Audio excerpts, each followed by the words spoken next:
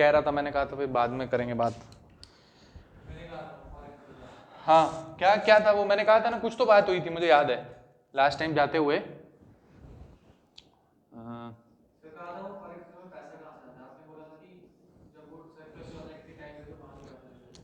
हाँ तो समझ आ गया था या बता दूं? बीओपी में फॉरेक्स हमने पढ़ लिया था है ना, पूरा ही वैसे तो खत्म हो गया है, वैसे तो पूरा ही खत्म हो चुका है, पर वीडियो चल रही है ना, हाँ ठीक है। आप समझो ना कि जैसे करंट अकाउंट और कैपिटल अकाउंट में क्या क्या आता था? इन्वेस्टमेंट, लोन और एनआरई अकाउंट।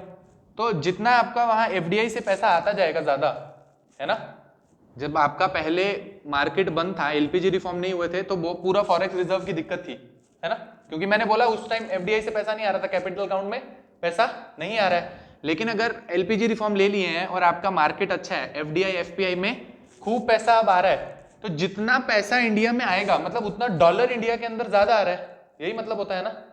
एफडीआई एफपीआई में जब पैसा आता है कैपिटल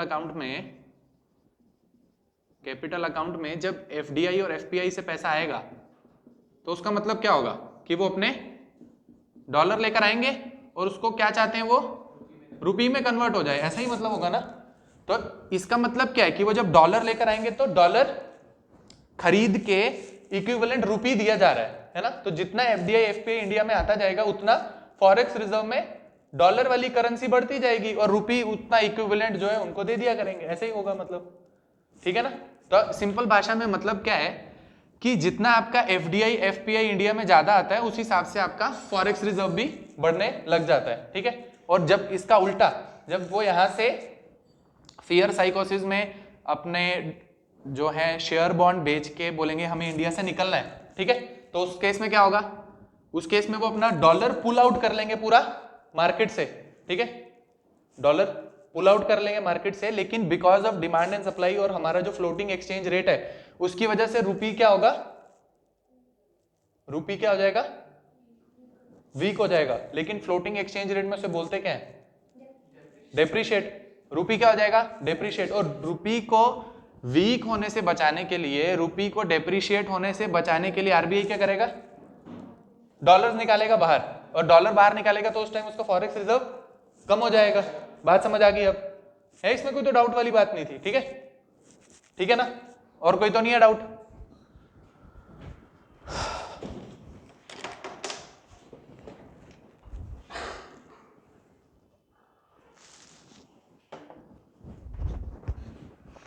ठीक है, आपको समझ आ रहा है पक्का? ठीक है, तो फिर नया चैप्टर स्टार्ट कर रहे हैं, छोटा सा एक चैप्टर है आज, उसको खत्म कर देंगे। और फिर कुछ क्वेश्चन एमसीक्यू जो बैलेंस ऑफ पेमेंट के और इसके होंगे वो हम आगे देख लेंगे आज ही, अगर टाइम बचता है तो, ठीक है। तो चैप्टर का नाम क्या है, insurance, insurance sector in India, ठीक है, insurance sector in India, insurance sector in India. तो देखते हैं। आपको नोट्स मिल गए हैं, जो सर नोट्स देते हैं इकोनॉमी के नोट्स, सबके पास हैं, सबके पास हैं, ले लो आप सर से, ठीक है। आज जाके सर से बात करना कि इकोनॉमी के नोट्स चाहिए, ठीक है, तो रख लेना अपने पास, ठीक है। तो आप देखो इंश्योरेंस सेक्टर इन इंडिया को हम एक बारी बिल्कुल वैसे ही पढ़ने की कोशिश करेंगे जैसे बैंकिंग सेक्टर इन इंडिया पढ़ा था, ठीक है, जैसे बैंकिंग पढ़ा था उसके हिसाब से ही हम ऐसा इंश्योरेंस सेक्टर इन इंडिया को देखने की कोशिश करेंगे। तो इंश्योरेंस एक टाइप का क्या होता है, इंश्योरेंस एक टाइप का क्या है, बीमा, है ना, बीमा हो गया। आप उसको बोलोगे कि इंश्योरेंस एक टाइप का क्या होता है, सिक्योरिटी, सिक्योरिटी इंस्ट्रूमेंट है एक टाइप का, है ना।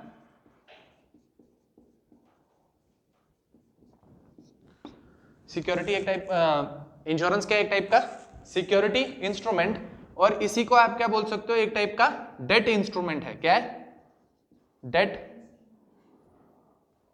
Date instrument, debt instrument. क्यों, क्योंकि जो आपने पूरा इंश्योरेंस करवाया होगा, उसमें कुछ होगा कि मैं इतना प्रीमियम दूंगा और आप मुझे इतना इसका रिटर्न एक टाइम पे वापस करोगे, यही मतलब हुआ ना। तो मतलब क्या होगा, एक टाइप का क्या है, डेट इंस्ट्रूमेंट है ना, डेट इंस्ट्रूमेंट।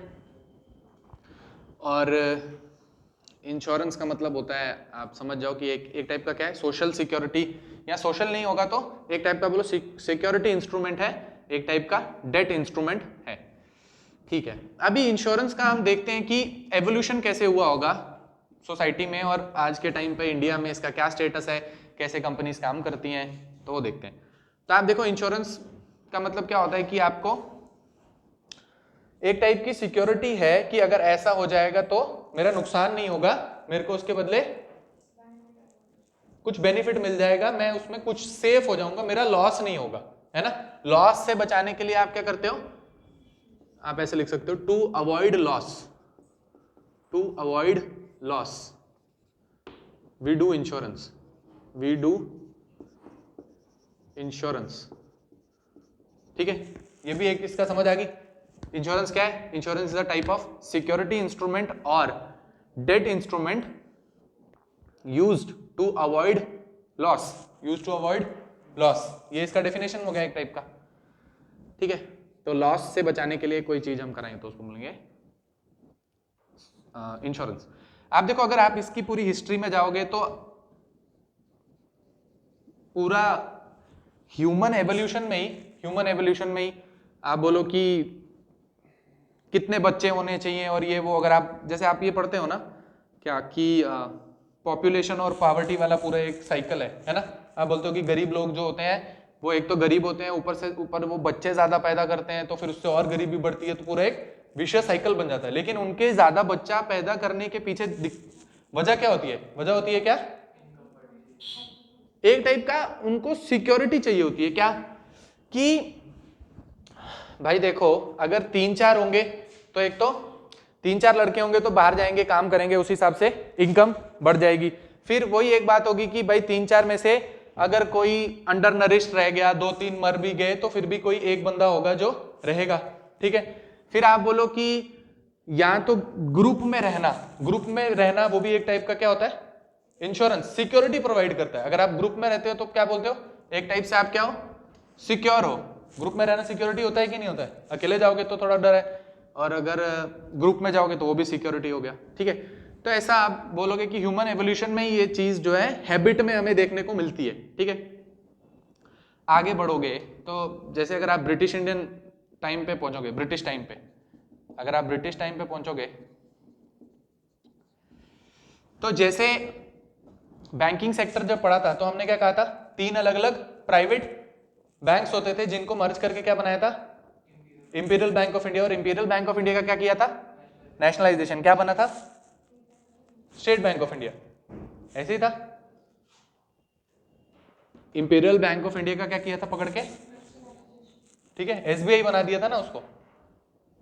ठीक है, तो आप देखो ब्रिटिश टाइम पे क्या किया जाता था, इस टाइम पे क्या होंगी, सारी प्राइवेट इंश्योरेंस कंपनीज। ठीक है, प्राइवेट इंश्योरेंस कंपनीज। क्यों भाई, ब्रिटिशर्स इंडिया में आ रहे थे, पूरी ब्रिटिश ईस्ट इंडिया कंपनी थी, अभी उनके लोग यहां पर आकर काम कर रहे हैं, कुछ ट्रेड कर रहे हैं, कोई वो तो एक टाइप का क्या है, कोल्ड एरिया, टेम्परेट रीजन है। ठीक है, इंडिया में आ रहे हैं, गर्मी है, ठीक है, ट्रॉपिकल एनवायरनमेंट है। फिर आप अगर हिस्ट्री पढ़ोगे तो आपको पता चलेगा कि बहुत सारे ब्रिटिशर्स जो थे वो इंडिया में आके मलेरिया से ही मर जाते थे। ठीक है, मलेरिया एक बहुत बड़ी उस टाइम पे बीमारी हुआ करती थी, जिसकी वजह से ब्रिटिशर्स इंडिया में आकर मलेरिया से मर जाते थे, डेंगू हो जाता था। ठीक है, तो ऐसा ना हो, कुछ तो एक सोशल सिक्योरिटी वाली स्कीम होनी चाहिए, कोई एक इंश्योरेंस कंपनी होनी चाहिए। ठीक है, तो वैसे कुछ प्राइवेट, बहुत सारी जो है प्राइवेट इंश्योरेंस कंपनियां जो थी वो काम करती थी ब्रिटिश टाइम पे, सेम एज जैसे वो बैंक बनाए गए थे। ठीक है, पर अगर आप देखो जो प्राइवेट इंश्योरेंस कंपनियां होती थी वो क्या करती थी, ब्रिटिशर्स का या बोलो यूरोपियंस का, यूरोपियंस भी हो सकते हैं ना, ठीक है, ब्रिटिशर्स स्लैश यूरोपियंस का ये इंश्योरेंस करती थी, और ये इंडियंस का भी इंश्योरेंस करती थी, लेकिन क्या करती थी, इनका प्रीमियम ज्यादा होता था। क्या होता था, प्रीमियम वॉज हाई, इंडियंस का प्रीमियम वॉज हाई। क्यों भाई, इंडियंस का प्रीमियम इसलिए हाई होता था, उनको लगता था कि यार इंडियन जो रेस है वो क्या है, बड़ी इंडियन रेस जो है वो तो उसकी लाइफ एक्सपेक्टेंसी जो है वो बड़ी कम है, ठीक है। अभी आज के टाइम पे आके हमारी लाइफ एक्सपेक्टेंसी बड़ी है, पहले के टाइम पे तो हमारी लाइफ एक्सपेक्टेंसी कम होती थी बड़ी, ठीक है। ठीक है, 50 साल में तो है, आप बोलते थे एवरेज इंडियन जो है वो मर जाता था। आज के टाइम पे आप 70 साल तक पहुंच गए हो, ठीक है। हेल्थ सर्विस अच्छी हो गई, बहुत सारी चीजें। तो उनको लगता था जो इंडियन सब्जेक्ट्स हैं इनको अगर इनका हम प्रीमियम करेंगे तो ये तो जल्दी मर जाएंगे, तो पैसा देना पड़ेगा, ठीक है। इसलिए इनको इनका प्रीमियम का रेट जो क्या करते हैं, हाई रखते हैं, ठीक है। तो इंडियन जो होते थे, इंडियन सब्जेक्ट्स के प्रीमियम का रेट जो क्या करते थे वो हाई रखते थे, ठीक है। तो एक टाइप से क्या हो गया, डिस्क्रिमिनेशन टाइप हो गया, ठीक है। आपने सेम लाइफ इंश्योरेंस करवाई और किसी इंडियन सब्जेक्ट से आप 300 रुपया ले रहे हो और किसी ब्रिटिशर से आप सिर्फ 100 रुपया ले रहे हो, ठीक है। ठीक बात आ रही है समझ।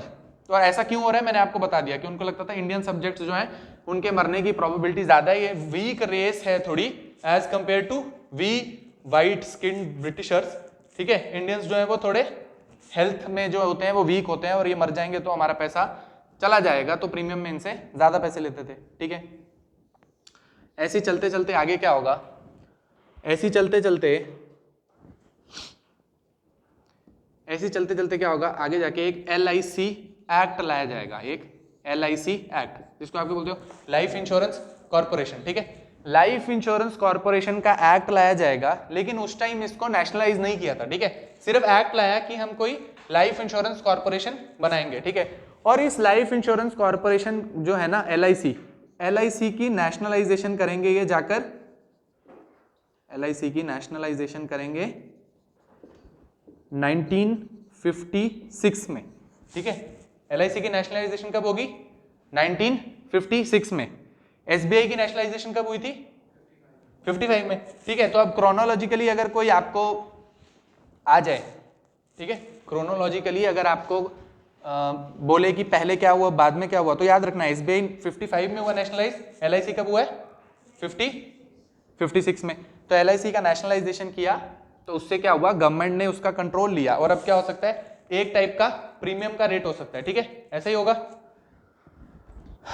ठीक है। आप देखो ये LIC तो life Insurance Corporation of India, आपको पता है एक्ट से आया तो क्या बना, एक स्टैट्यूटरी बॉडी बन गई, एक्ट से आया तो स्टैट्यूटरी बॉडी बन गई LIC। आज के टाइम पे अभी हम थोड़ी देर आगे पहुंचेंगे तो पता चलेगा कि LIC का क्या करना चाह रही है, IPO लॉन्च, है ना। LIC का IPO लॉन्च करेंगे और उसमें कर दिया है, IPO लॉन्च हो चुका है, हो चुका है, ठीक है। क्या चीज, हाँ एक आप चीज समझो, मैं आपको एक चीज बताना भूल गया हूं, ठीक है।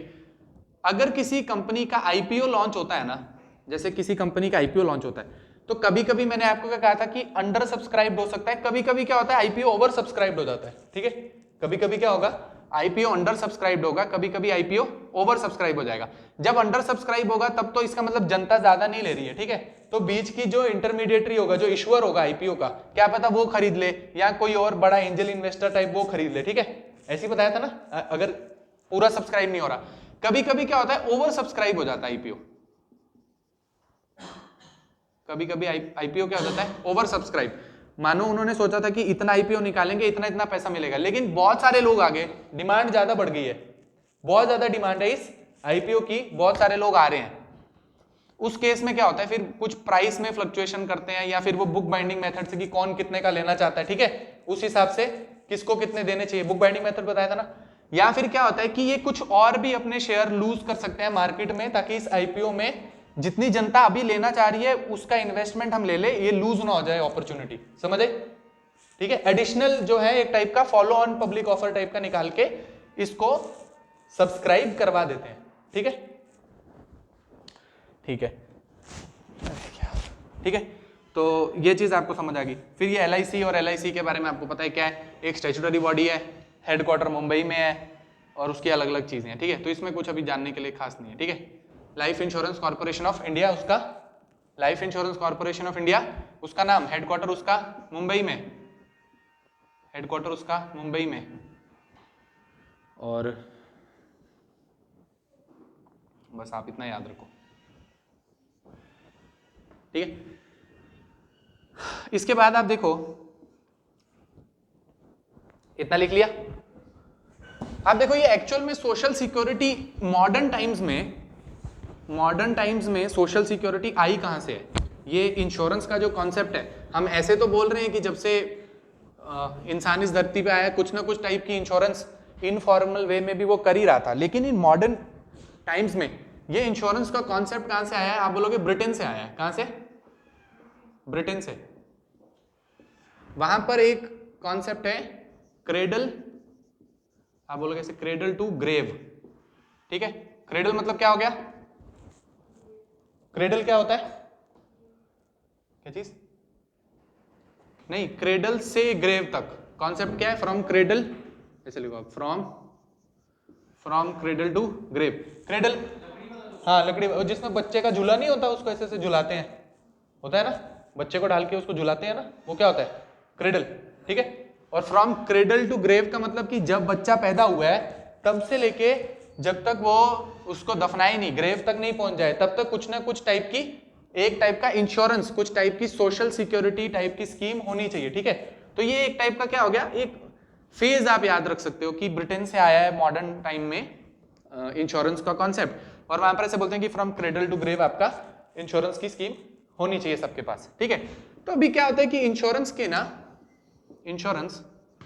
के कुछ क्या होते हैं, आप बोलोगे प्रिंसिपल्स होते हैं, इंश्योरेंस के प्रिंसिपल्स,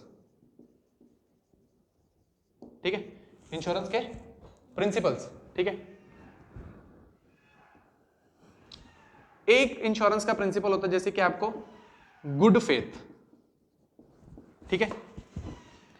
एक इंश्योरेंस का प्रिंसिपल क्या होता है? जैसे गुड फेथ। लिखने की जरूरत नहीं है, आप समझ जाओ, बस समझ, अगर लिखना है तो लिख भी लो, मतलब समझो ज्यादा, ठीक है। गुड फेथ का मतलब क्या है कि आप कभी भी अगर इंश्योरेंस कहीं से खरीद रहे हो तो गुड फेथ में आपको सारी की सारी चीजें बतानी चाहिए, ठीक है।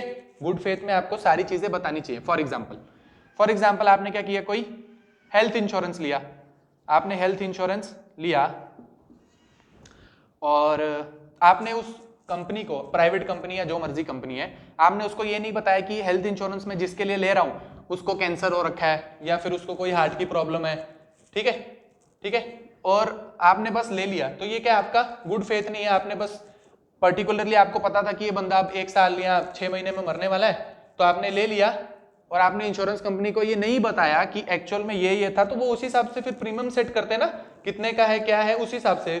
जैसे कोई बीमारी होगी तो उस हिसाब से प्राइवेट कंपनी उसका प्रीमियम रखती होगी ना, कोई बहुत ज्यादा रिस्की है तो उसका प्रीमियम हाई होगा, ऐसे ही होता होगा।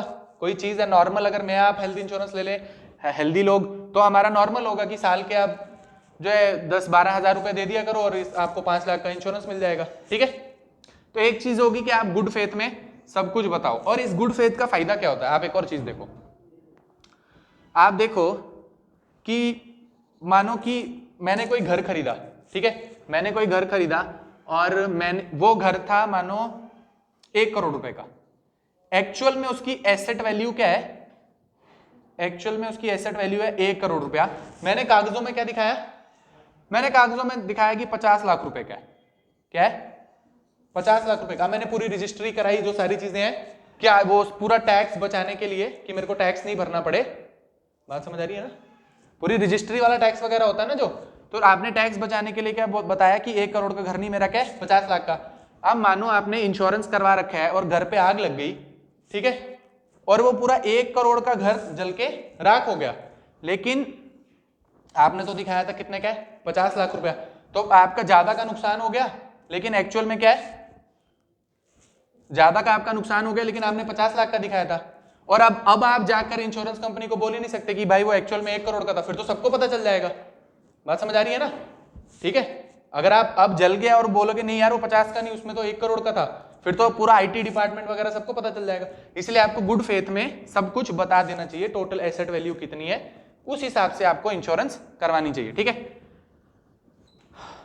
ठीक है ना। एक चीज होती है जिसको बोलते हैं, एक चीज होती है जिसको बोलते हैं इंडेमनिटी, ठीक है, एक चीज होती है जिसको क्या बोलते हैं, इंडेमनिटी।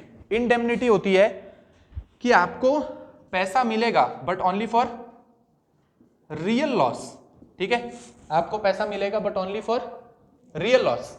अभी रियल लॉस का मतलब कैसे समझेंगे, देखो, मानो कि अगर किसी ने हाउस इंश्योरेंस करवा रखे, अपने घर का इंश्योरेंस करवाया, वहां पे आग लग गई और उसके अंदर आपकी बुक्स पड़ी थी, ठीक है, और वो बुक्स जल गई और आप बोलते कि वो बुक पढ़ के मैं, उसमें लक्ष्मीकांत पढ़ी थी और मैं जो है उसको पढ़ के एक दिन आईएएस ऑफिसर बन जाता, तो मेरे को आप पूरा वहां से पूरा मेरे को इंश्योरेंस करके दो कि अगर मैं आईएएस होता तो मेरा इतना नुकसान हो गया उसमें, समझ आई? ठीक है, तो आप ऐसे नहीं बोल सकते, आप क्या बोल सकते हो, रियल लॉस कितने का हुआ है बस उतना, इमेजिनरी लॉस के लिए आपको पैसा नहीं मिलेगा। बात समझ आई? इंडाउमेंट जो इंडेमनिटी होती है उसका मतलब क्या है कि आपको इंश्योरेंस का पैसा मिलेगा only for real loss, not for any imaginary loss, not for any imaginary loss. ठीक है, तो ये भी समझ आ गई। फिर एक और तीसरी चीज होती है,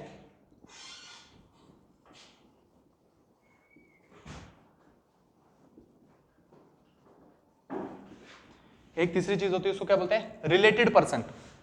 मतलब कि आप इंश्योरेंस ले सकते हो लेकिन किसी ऐसे बंदे का इंश्योरेंस ले सकते हो जो आपसे रिलेटेड हो, जिसके साथ आपका कोई रिलेशन हो।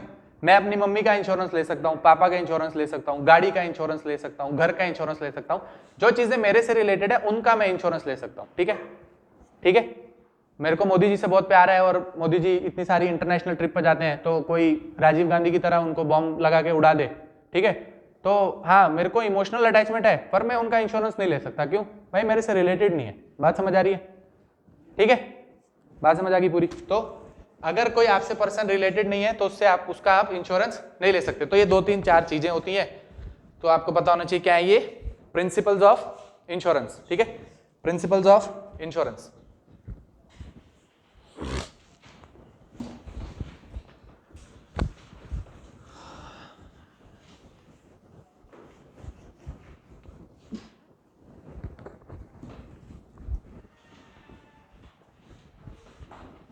ठीक है, प्रिंसिपल्स ऑफ इंश्योरेंस पढ़ लिया, तो फिर देखते हैं प्रिंसिपल्स ऑफ इंश्योरेंस समझ आ गया आपको?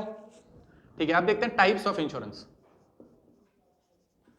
टाइप्स ऑफ इंश्योरेंस, ठीक है, प्रिंसिपल्स ऑफ इंश्योरेंस में आपने देख लिया, और टाइप्स ऑफ इंश्योरेंस में आप देखो, जैसे एक चीज होगी जिसको बोलते हैं लाइफ इंश्योरेंस।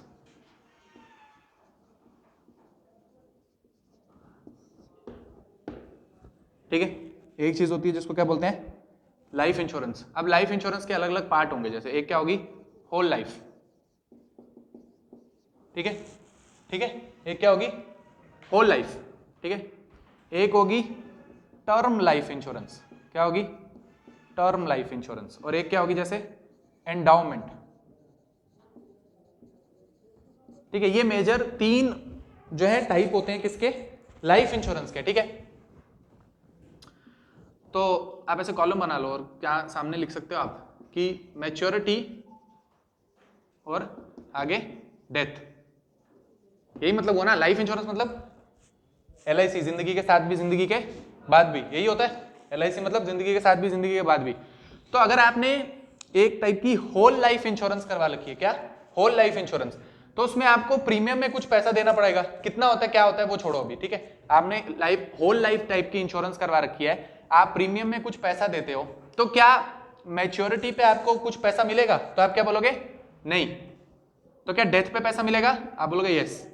ठीक है, अगर आपने टर्म लाइफ इंश्योरेंस करवा रखी है, क्या term life insurance, term life insurance में भी एक चीज होती है, इसमें क्या है, होल लाइफ नहीं, आपने कुछ एक स्पेसिफिक टर्म रख दिया, स्पेसिफिक टर्म रख दिया, और अगर उस टर्म लाइफ में आप नहीं मरे, जब तक आपने पॉलिसी ली और आप नहीं मरे, तो क्या आपको मैच्योरिटी का पैसा मिलेगा?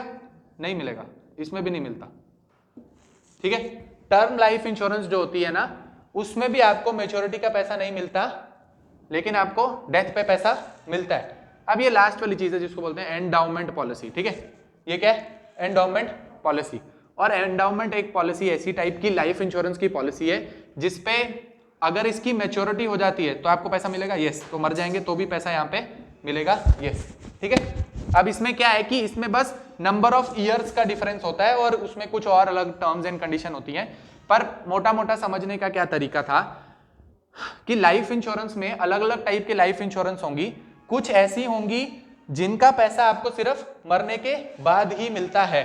ठीक है, अगर आपने करवाया कुछ और उस ड्यूरेशन में आप नहीं मरे तो फिर आपको कोई पैसा नहीं मिलेगा। और कुछ होगी जिसमें आप पैसा लगाओ और वो टर्म खत्म भी हो गया तो मैच्योरिटी पे भी आपको पैसा मिल सकता है, और मरने पे तो वैसे भी मिलना ही था क्योंकि वो लाइफ इंश्योरेंस थी। ठीक है,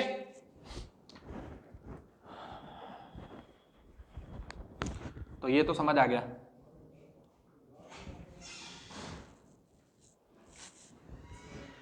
ठीक है,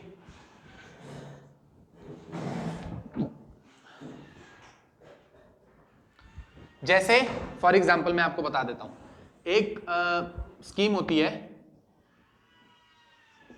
होती है, प्रधानमंत्री जीवन ज्योति बीमा योजना। क्या होती है? प्रधानमंत्री जीवन ज्योति बीमा योजना। ठीक है, प्रधानमंत्री जीवन ज्योति बीमा योजना। ये एक टाइप की क्या है? लाइफ इंश्योरेंस है। एक टाइप की क्या है? लाइफ इंश्योरेंस है। इसमें आप प्रीमियम में पैसा देते हो, लेकिन आप अगर मरोगे नहीं तो पैसा नहीं मिलता है। ठीक है, ठीक है, अगर आप इसमें मरते नहीं हो तो पैसा आपको नहीं मिलता है। क्या एक टाइप की लाइफ इंश्योरेंस, अगर आप मरोगे नहीं तो पैसा नहीं मिलेगा, मरने के बाद ही पैसा मिलता है इसमें। ठीक है, तो इसका आप घर जाके ना इस स्कीम को आप एक बार देख लेना। कुछ तो इसमें प्रीमियम का पैसा मेरे ख्याल से जब लास्ट टाइम हमने पढ़ा था, जब अपने टाइम पे, तो शायद 330 रुपए के आसपास इसका पर साल था शायद मेरे ख्याल से। हाँ, तो 330 रुपए के आसपास इसमें साल में पैसा देना होता है कुछ। ठीक है, साल का। और क्या चीज? हाँ, कुछ होगा, आप इसको देख लेना ना घर जाके। ठीक है, आपको स्कीम बता दी मैंने इसके साथ। ठीक है, ये जो आप टॉपिक पढ़ रहे हो उससे रिलेटेड स्कीम क्या है? प्रधानमंत्री जीवन ज्योति बीमा योजना। मैंने लास्ट टाइम शायद क्लास में बताया भी था इसके बारे में कुछ। तो प्रधानमंत्री जीवन ज्योति बीमा योजना के बारे में आप देख लेना कि इसमें ये कुछ प्रीमियम होता है 330 रुपए वगैरह वगैरह। ठीक है, तो ये क्या है? एक टाइप की लाइफ इंश्योरेंस। ठीक है, फिर एक चीज होती है जिसको आप क्या बोलते हो? Accidental insurance.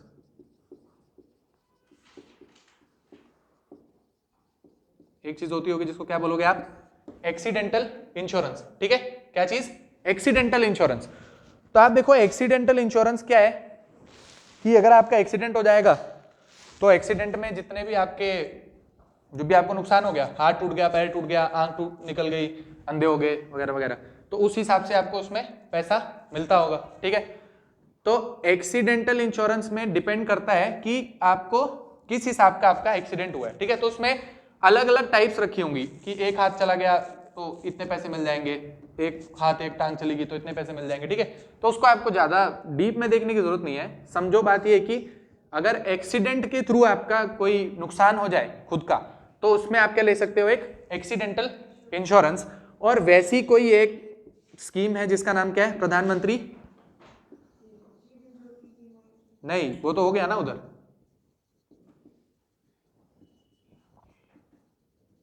जीवन ज्योति हो गया ना वहां। जीवन ज्योति क्या है? प्रधानमंत्री जीवन ज्योति बीमा योजना, LIC की। वो क्या है? जिंदगी के साथ भी जिंदगी के बाद, वो क्या है? वो सारा लाइफ इंश्योरेंस है। ठीक है, और एक्सीडेंट हो जाए तो एक्सीडेंटल इंश्योरेंस क्या है? प्रधानमंत्री सुरक्षा बीमा योजना। ठीक है, प्रधानमंत्री सुरक्षा बीमा योजना। ठीक है, तो ये भी आप घर जाओ, होमवर्क में थोड़ा इसके बारे में पढ़ो। सेम चीज है इसमें, पर इसमें क्या होगा? ज्यादा पढ़ने की जरूरत नहीं है, उसमें बस सेम चीज होगी, आप प्रीमियम में इतना 330 रुपए के आसपास कुछ पैसा दो, और उसकी टर्म्स एंड कंडीशन में ऐसा लिखा होगा कि अगर वही जो मैंने आपको बताया, अगर एक पैर टूट गया तो इतना आपको अप टू, क्या होता है वैसे आप इसमें देखो, इसमें अप टू 2 लाख रुपए का, जैसे हमने वो पढ़ा था उधर प्रधानमंत्री जनधन योजना, प्रधानमंत्री जनधन योजना पढ़ी थी, उसमें पढ़ा था एक्सीडेंटल कवरेज क्या होती थी? 2 लाख रुपए की। वैसी मिलती जुलती स्कीम है क्या? प्रधानमंत्री सुरक्षा बीमा योजना। ठीक है, प्रधानमंत्री सुरक्षा बीमा योजना। तो ये आपको मैंने क्या बताया कि एक क्या होता है लाइफ इंश्योरेंस, एक क्या होता है एक्सीडेंटल इंश्योरेंस। लाइफ इंश्योरेंस में चलने वाली एक स्कीम जिसको बोलते हैं प्रधानमंत्री जीवन ज्योति बीमा योजना, और एक्सीडेंटल इंश्योरेंस में चलने वाली स्कीम प्रधानमंत्री सुरक्षा बीमा योजना। ठीक है, यहां तक ठीक है, तो फिर आगे चलते हैं। किसमें? हाँ, सुरक्षा वाली में मिलता है ना। मैं आपको ये बोल रहा हूँ कि देखो भाई, जब मैंने लास्ट पढ़ी थी तब 2 मिलता था, आप इसको खुद अपडेट कर लो, इसलिए मैंने आपको क्या बोला, होमवर्क में जाके घर में अपडेट कर लेना। कुछ नहीं आपने अभी देखना, तो मैं अभी बता देता हूँ, रुको। कोई इसमें बड़ी बात थोड़ी है, लिखो। अभी देख लेते हैं ना कितना मिलता है, इतनी कौन सी बड़ी बात है।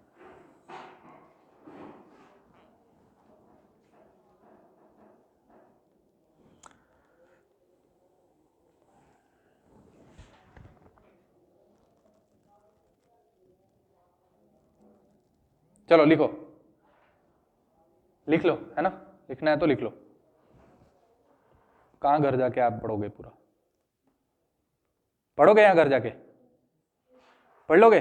अरे मैं बता देता हूँ आपको, कल करोगे, मतलब आप पढ़ के आओगे तो फिर तो अच्छी बात है ना, पढ़ के आओगे तो फिर तो अच्छी बात है। चलो पढ़ लेना फिर। प्रधानमंत्री सुरक्षा बीमा योजना और प्रधानमंत्री जीवन ज्योति बीमा योजना, ठीक है, देख लेना गवर्नमेंट स्कीम है। मैंने आपको स्कीम तो बता दी किसके लिए है, अब उसमें थोड़ी सी 2-4 लाइनें होंगी, वो आप घर जाके पढ़ लेना, ठीक है।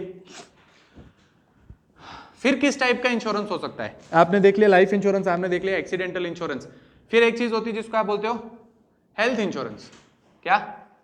Health insurance.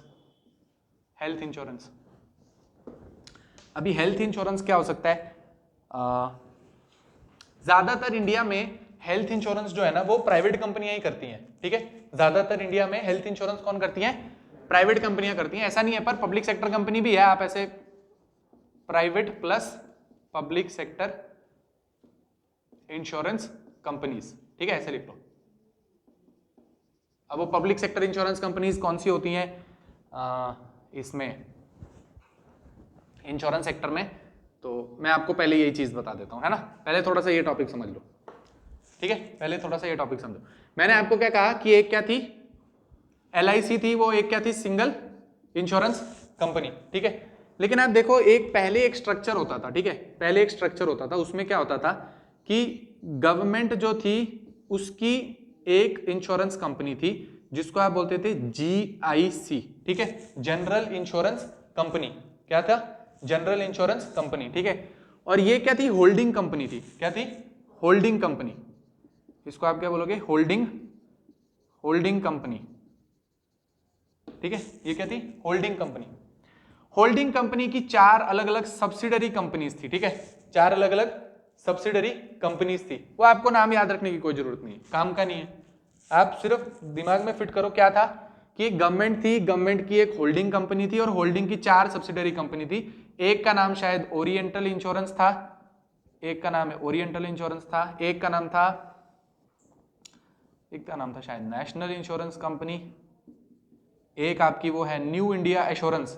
सुना आपने? इसका नाम तो सुना होगा, सबसे बड़ी आपकी जो है इंश्योरेंस कंपनी है, ठीक है, न्यू इंडिया एश्योरेंस, ठीक है। जगह जगह में आप जम्मू में घूमोगे इनके वो मिल जाएंगे आपको, न्यू इंडिया एश्योरेंस के, ठीक है।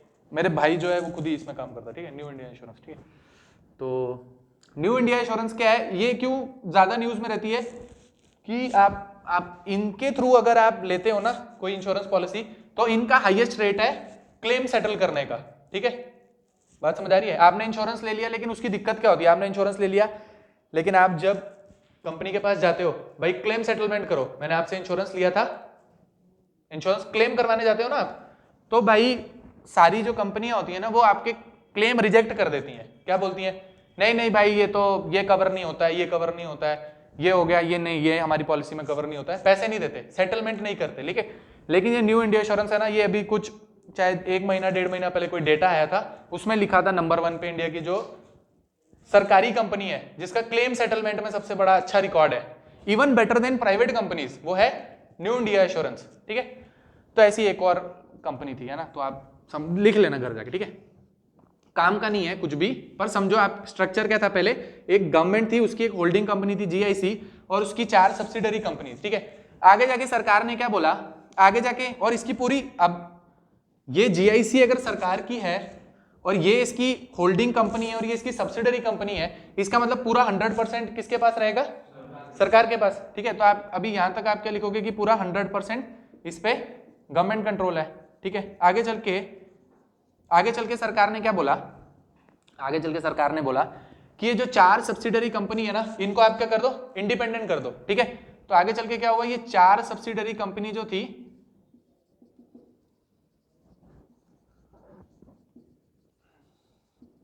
गॉट इंडिपेंडेंस, ठीक है। तो ये अभी अलग अलग करके काम करती हैं, ठीक है। क्या करती हैं, अलग अलग करके काम करती हैं। क्या, 4 सब्सिडरी कंपनी, ये जो 4 है ना, ये अलग अलग करके काम करती हैं। और सरकार ने क्या कहा, ये जो जीआईसी है ना, जनरल इंश्योरेंस कंपनी, इसको आप क्या बना दो, जीआईसी को क्या बना दो, जीआईसी को उन्होंने बोला आप क्या बना दो, री इंश्योरेंस कंपनी, री इंश्योरेंस कंपनी, क्या बना दो, री इंश्योरेंस कंपनी। ठीक है, तो आज के टाइम पे, अगर आप आज के टाइम पे देखो तो बहुत सारी क्या है, प्राइवेट इंश्योरेंस कंपनी। अगर आप सरकारी आपसे कोई पूछे तो ये 4 हैं, ठीक है, और ये न्यू इंडिया इंश्योरेंस, ये ओरिएंटल इंश्योरेंस, ऐसे 4 करके कोई क्या है, सरकारी इंश्योरेंस कंपनीज। फिर एक है जिसको आप क्या बोलते हो, जीआईसी, जो कि क्या है, री इंश्योरेंस कंपनी। आज के टाइम पे सरकार ये बोलना चाहती है कि हम इन 4 जो इंश्योरेंस कंपनी है ना सरकारी, उनका भी हम मर्जर कर देंगे, ठीक है, और सिर्फ एक कोई बड़ी इंश्योरेंस कंपनी हम इंडिया में रखेंगे। तो ऐसा स्पेकुलेशन आता है क्योंकि न्यू इंडिया इंश्योरेंस जो है वो सबसे अच्छी है, तो बाकी को मर्ज करके न्यू इंडिया इंश्योरेंस में डाल देंगे। अब ये पूरी करंट अफेयर की न्यूज है, आप घर जाके न्यूज में ट्रैक करते रहना इसको, ठीक है, इसको आप घर जाके न्यूज में ट्रैक करना, ठीक है। और अच्छा, ये जीआईसी जो है ये री इंश्योरेंस कंपनी बना दिया, तो इसका ये क्या मतलब हुआ, देखो इंश्योरेंस कंपनी काम कैसे करती है, इंश्योरेंस कंपनी काम कैसे करती है, इंश्योरेंस कंपनी काम करती होगी कि लोगों से लेती होगी प्रीमियम का पैसा, है ना, लोगों से क्या लेती है इंश्योरेंस कंपनी, प्रीमियम का पैसा लोगों से लेती है, और वो प्रीमियम कहां पे इन्वेस्ट करती है, शेयर और बॉन्ड में, ऐसे ही होता होगा ना, लोगों से पीपल, ठीक है, लोगों से लिया क्या, लोगों से लिया प्रीमियम, और प्रीमियम को कहां इन्वेस्ट किया, शेयर और बॉन्ड में। अब शेयर और बॉन्ड में इन्वेस्ट किया, वहां पे कुछ पैसा बनाया और रिटर्न में लोगों को वापस किया होगा। लेकिन इसमें इंश्योरेंस कंपनी को क्या फायदा है, ऐसा करने में इंश्योरेंस कंपनी को क्या फायदा होगा,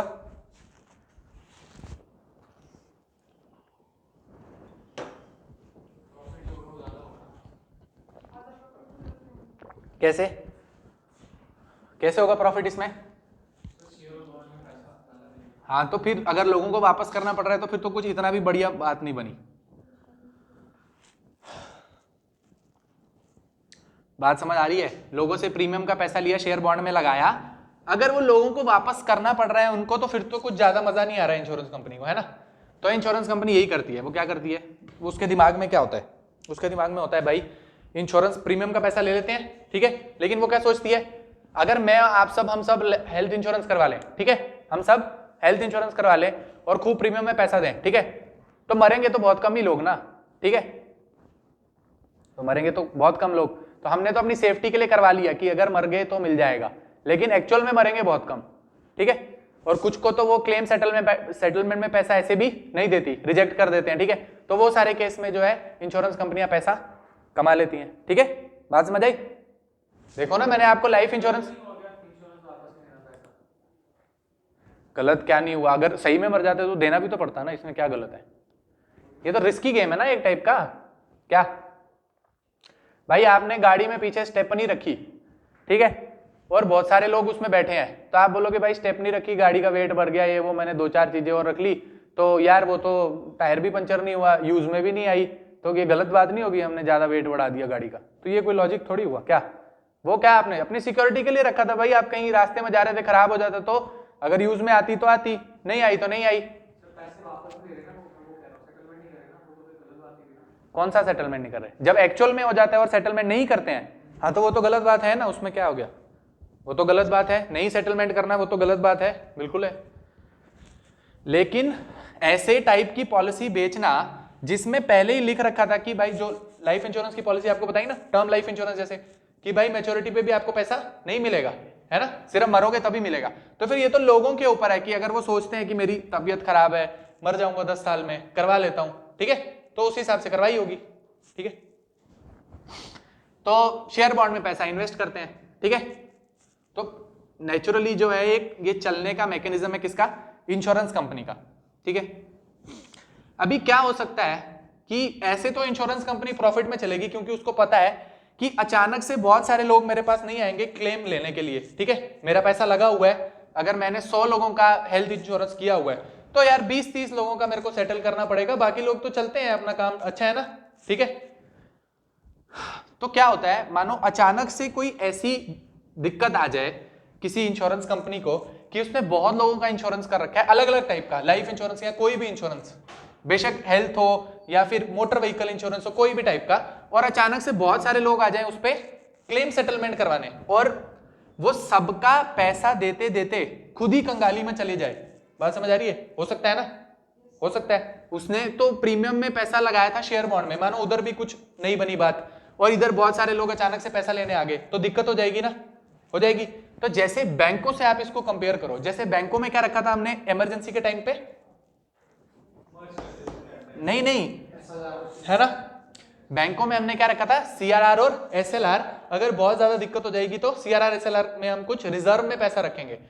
वैसे ही यहां पर क्या करते हैं, अगर इंश्योरेंस कंपनी बहुत सारा पैसा दे और खुद ही डिफॉल्ट हो जाए, तो इस इंश्योरेंस कंपनी के ऊपर एक और इंश्योरेंस कंपनी रखते हैं, जिसको क्या बोलते हैं, री इंश्योरेंस कंपनी, ठीक है, उसको क्या बोलते हैं, री इंश्योरेंस कंपनी। तो वो है इंडिया में जीआईसी, ठीक है, जनरल इंश्योरेंस कंपनी, जीआईसी, जो क्या है, एक री इंश्योरेंस कंपनी, वो क्या है, एक री इंश्योरेंस कंपनी। बात समझ आ गई? क्या चीज? हाँ,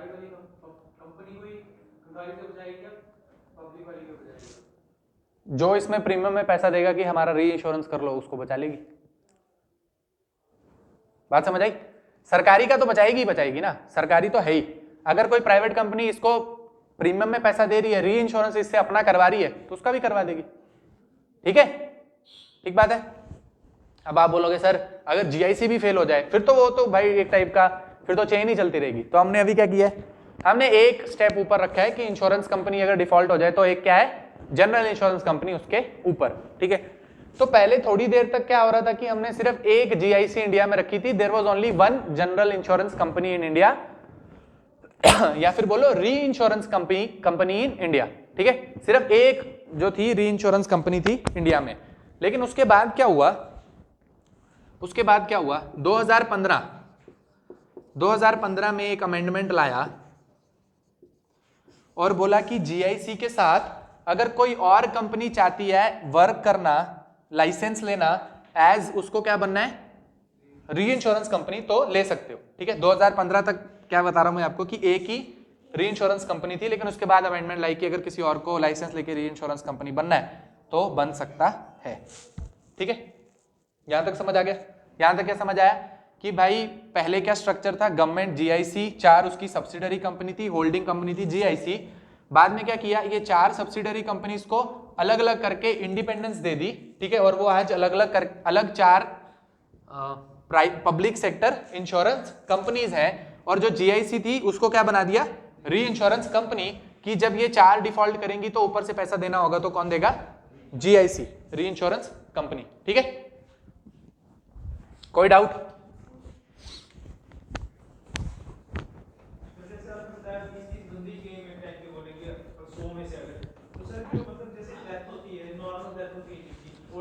जी, अगर करवाया होगा तो मिलेगा, अगर करवाया होगा तो मिलेगा। अगर आपने नॉर्मल लाइफ इंश्योरेंस करवाई है तो मिलेगा ना।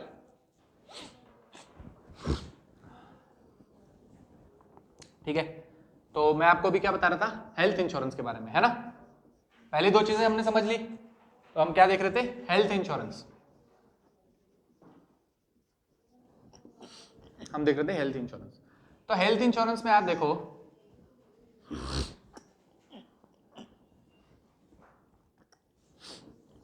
हेल्थ इंश्योरेंस में आप देखो क्या होगा कि कोई तो प्राइवेट कंपनीज होंगी,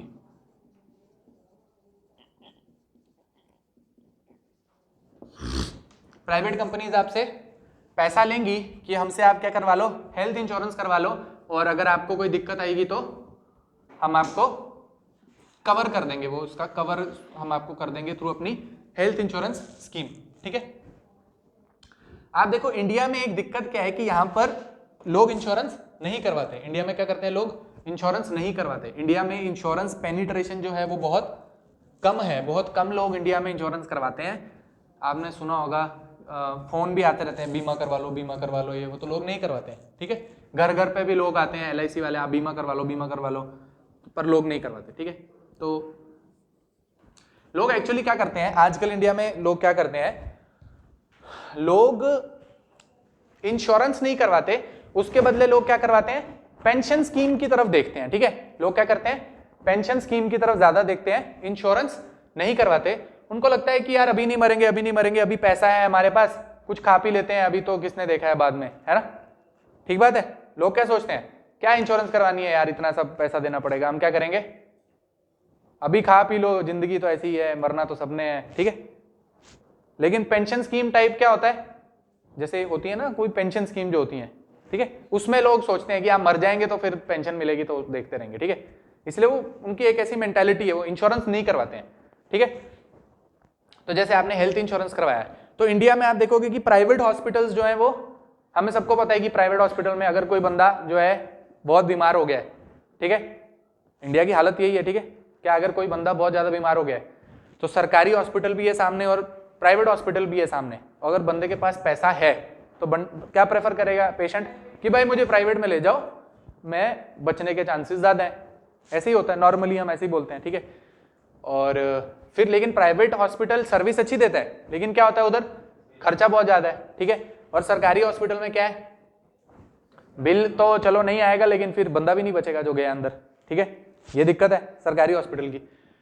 तो प्राइवेट कंपनीज क्या करती हैं, बिल बहुत बनाती हैं, तो इसलिए बीच में आती हैं कौन, प्राइवेट हेल्थ इंश्योरेंस कंपनीज, जो बोलती हैं आप हमसे जो है हेल्थ इंश्योरेंस करवा लो। आपने ऐड देखी होगी कुछ policybazaar.com पे, आप जो है हेल्थ इंश्योरेंस करवा लो, मात्र क्या बोलते हैं कुछ तो 500 रुपए में, ये वो आपको 1 करोड़ का हेल्थ इंश्योरेंस में कुछ तो वो मिलता है कि नहीं मिलता मुझे पता नहीं, वो सिर्फ आपको बहलाने के लिए, कम से कम आप पॉलिसी बाजार खोलो, कुछ ढूंढो तो आपको कोई तो पसंद आ जाएगा, ठीक है, ठीक है। तो ऐसा जो है वो हेल्थ इंश्योरेंस चलता है। लेकिन फिर आगे चल के क्या हुआ कि सरकार को समझ आई कि यार अमीर जो लोग हैं वो तो चले जाते हैं बैंक मतलब हॉस्पिटल में, प्राइवेट हॉस्पिटल में, लेकिन जो गरीब होता है उसको प्राइवेट हॉस्पिटल में जाना थोड़ी दिक्कत है, क्योंकि उसके पास पैसा नहीं है। इसलिए यहां पर कौन सी स्कीम लाएगी, आयुष्मान भारत स्कीम, ठीक है। इसलिए यहां पर कौन सी स्कीम लाई, आयुष्मान भारत। तो आप यहां लिख लो, हेल्थ इंश्योरेंस वाली स्कीम में यहां लिख दो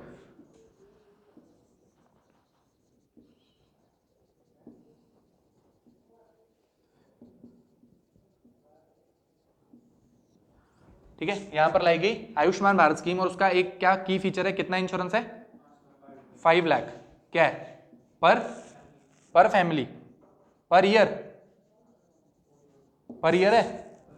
पर ईयर है ना। और उसमें क्या है, टर्शरी लेवल तक का आपको पूरा वो मिल जाएगा, क्या, हेल्थ केयर सिस्टम। पर आप देखो इसमें भी बड़ी दिक्कत होती है। अभी सरकार ने बना तो दिया आयुष्मान भारत स्कीम, फिर उसमें कुछ सरकार ने लिस्ट बनाई, क्या बनाई, लिस्ट बनाई होगी कुछ हॉस्पिटल्स की, प्राइवेट हॉस्पिटल्स भी, जहां पर ये आपका आयुष्मान भारत वाला कार्ड वो चल सकता है, ठीक है, जहां पर आपका आयुष्मान भारत वाला कार्ड चल सकता है। अब होता क्या है मैं आपको बताता हूं। होता क्या है, मानो अब कोई गरीब बंदा है, ठीक है, अभी मानो कि जम्मू में कौन सा प्राइवेट हॉस्पिटल है, अच्छा मानो नारायणा हॉस्पिटल है, ठीक है। नारायणा हॉस्पिटल में मानो कोई गरीब बंदा गया अपना ऑपरेशन करवाने के लिए, और उसके पास क्या है, आयुष्मान भारत कार्ड। अब वो अंदर चला गया कि भाई मेरा ऑपरेशन कर लो, ये वो, तो क्या होता है कि जो हॉस्पिटल वाले होते हैं वो कभी कभी बोलते हैं कि ये जो कार्ड है उसमें आपका ये ऑपरेशन कवर नहीं होता, ठीक है, ना करने के उधर भी बड़े सारे बहाने होते हैं, ठीक है। वो क्या बोलेंगे कि नहीं आपका ये जो है इस वाले ऑपरेशन में आपका कवर नहीं हो रहा आयुष्मान भारत, इसके आपको पैसे देने पड़ेंगे, ठीक है।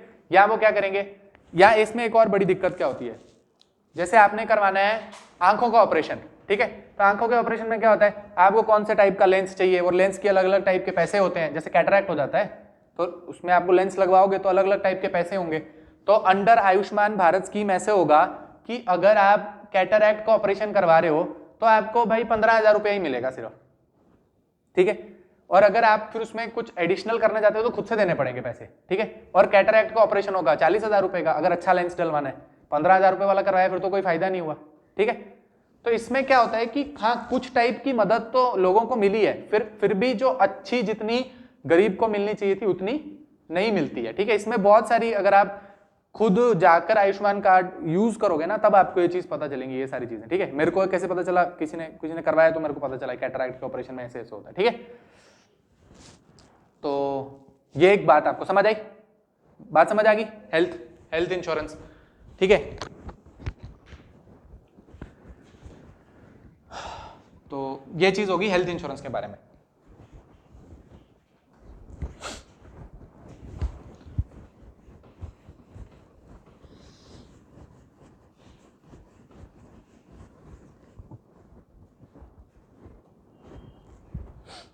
ऐसे ही आप क्या करवा सकते हो, हाउस इंश्योरेंस करवा सकते हो, या फिर आपका एक क्या होता है कंपलसरी, एक चीज क्या होती है कंपलसरी मोटर व्हीकल इंश्योरेंस होता है, कंपलसरी मोटर व्हीकल इंश्योरेंस। तो एक चीज होती है जिसको क्या बोलते होंगे कंपलसरी मोटर व्हीकल इंश्योरेंस। तो कंपलसरी मोटर व्हीकल इंश्योरेंस में क्या होता होगा, आप सब गाड़ी वाड़ी चलाते हो, खुद बाइक चलाते हो, इंश्योरेंस करवाते होगे, तो क्या होता है उसमें थर्ड पार्टी इंश्योरेंस होता है ना। थर्ड पार्टी इंश्योरेंस का मतलब क्या होता है, जिसके साथ एक्सीडेंट हो जाए, है ना, जिसके साथ एक्सीडेंट हो जाए, ठीक है, वो क्या होता है थर्ड पार्टी इंश्योरेंस। मैं गाड़ी चला रहा हूं और गाड़ी मेरी ठुक गई कहीं पे किसी को, ठीक है, मेरी गलती थी उसकी गलती थी वो तो छोड़ो आप, ठीक है, लेकिन अगर मैंने अपनी गाड़ी का इंश्योरेंस करवाया था तो फिर मुझे उसका पैसा मिलेगा, मेरे को उसका पैसा मिलेगा। तो ये एकदम कंपलसरी है इंडिया में, ठीक है। बाकी चीजें तो आप करवाओ ना करवाओ, वो तो क्या होता है हेल्थ इंश्योरेंस में लू ना लू, लाइफ इंश्योरेंस में लू ना लू, वो तो मेरी खुद की डिस्क्रिशनरी पावर होगी एक टाइप की, ठीक है। लेकिन इंडिया में मोटर व्हीकल इंश्योरेंस क्या है कंपलसरी, तो आपको थर्ड पार्टी इंश्योरेंस जो है वो इसमें प्रोवाइड करते हैं, और इसका आपको कुछ फायदा, बहुत सारे फायदे होते हैं ना, इंश्योरेंस करवाया हो तो गाड़ी का फायदे में रहती है, ठीक है। कभी कभी पूरी गाड़ी की पूरी की नई गाड़ी पूरी जो है उड़ जाती है, तो उसमें आपको इंश्योरेंस के कुछ पैसे मिल जाते हैं, पूरे तो नहीं मिलते जितने की गाड़ी होगी, लेकिन जितने का आपने इंश्योरेंस करवाया होगा। इंश्योरेंस भी आप गाड़ी का इंश्योरेंस अलग अलग टाइप का होता है ना, आप बोलते बम्पर टू बम्पर इंश्योरेंस करवा लिया है ना, ऐसे ही होता है। आप बोलते नहीं कुछ एक आधे पार्ट का करवाया भाई, ऐसे अलग अलग टाइप का होता है, ठीक है। मेरे को तो बम्पर टू बम्पर होता है, ठीक है, बम्पर टू बम्पर इंश्योरेंस करा लिया, मतलब भाई कहीं से भी बजेगी तो पैसा मिल जाएगा, ठीक है। तो ये क्या हो गया एक टाइप का कंपलसरी मोटर व्हीकल इंश्योरेंस। तो यहां तक मैंने आपको बता दिया,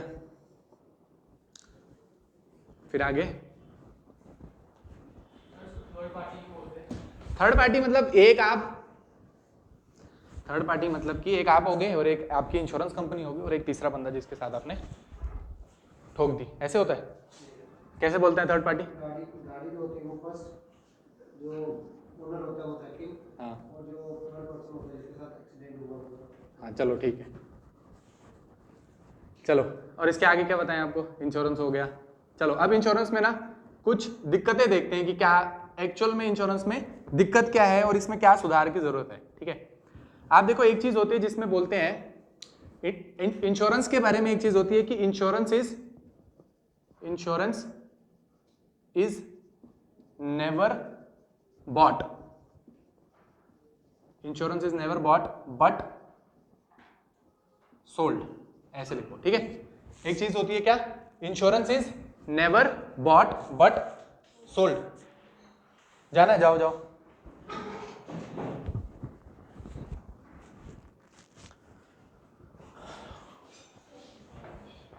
जाइए, जाओ जाओ।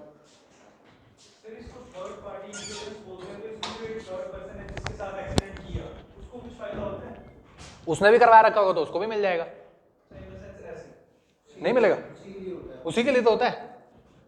अरे मतलब ये कहना चाह रहे हैं कि जैसे एक मैं बंदा हूं और एक ये दूसरा बंदा है, हम दोनों ने हमारी गाड़ी ठुक गई है ना, तो आप बोल रहे हो कि इसको फायदा होगा तो जिससे ठुकी है उसको भी फायदा, आप ऐसा कहना चाह रहे हो ना, है ना, वो ये कहना चाह रहे हैं।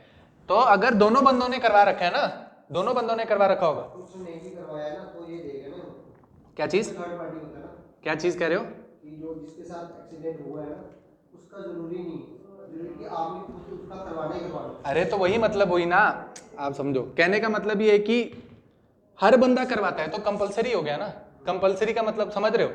आप बोल रहे हो ना कि जिसने करवाया थर्ड पार्टी, तो जिसने करवाया नहीं भी करवाया वो बात ही नहीं है ना। अब क्या है, कंपलसरी थर्ड पार्टी वाली बात है, तो आप जिससे भी करोगे तो उसने भी करवाया होगा और आपने भी करवाया होगा। बात समझ आ गई? ठीक है ना। कंपलसरी का मतलब क्या है भाई? मैंडेटरी है। तो अगर अब आपने, आपकी गलती हुई, सामने वाले की गलती हुई, अब दोनों ने ही करवा रखा है तो फिर दोनों का ही वो अपना अपना थर्ड पार्टी हो गया। ठीक है, ठीक है। तो एक चीज होगी क्या, insurance is never sold but never bought but sold. मतलब कि इंश्योरेंस कभी भी कोई खुद से खरीदता नहीं है। ठीक है, इंश्योरेंस कभी भी कोई खुद से खरीदता नहीं है। लोग जाते हैं इंश्योरेंस बेचने के लिए। ठीक है, एक टाइप से इंश्योरेंस बेचना क्या है, सेल्समैन टाइप की जॉब है। ठीक है, सेल्समैन आते हैं और क्या बोलते हैं, इंश्योरेंस हमसे खरीद लो, हम आपको इंश्योरेंस करवाना चाहिए, करवा लो, इंश्योरेंस करवा लो, आप मर जाओगे तो बच्चों का क्या होगा, ये वो अलग अलग आपके दिमाग में फियर साइकोसिस बना के कि अगर इंश्योरेंस नहीं होगा और आप मर गए तो फिर आपके बच्चों का क्या होगा, ऐसे करके आपसे वो चाहते हैं कि आप इंश्योरेंस करवा लो। ठीक है, आप देखो एक चीज हमने पढ़ी थी, फाइनेंशियल इंक्लूजन पढ़ा था। फाइनेंशियल इंक्लूजन, फाइनेंशियल इंक्लूजन पढ़ा था। उसके हमने 4 सब मतलब देखे थे, फीचर क्या होते हैं फाइनेंशियल इंक्लूजन के, क्या क्या होते थे। पहला क्या होता है, बैंक अकाउंट होना चाहिए, है ना। दूसरा लोन, तीसरा इन्वेस्टमेंट, चौथा इंश्योरेंस, है ना।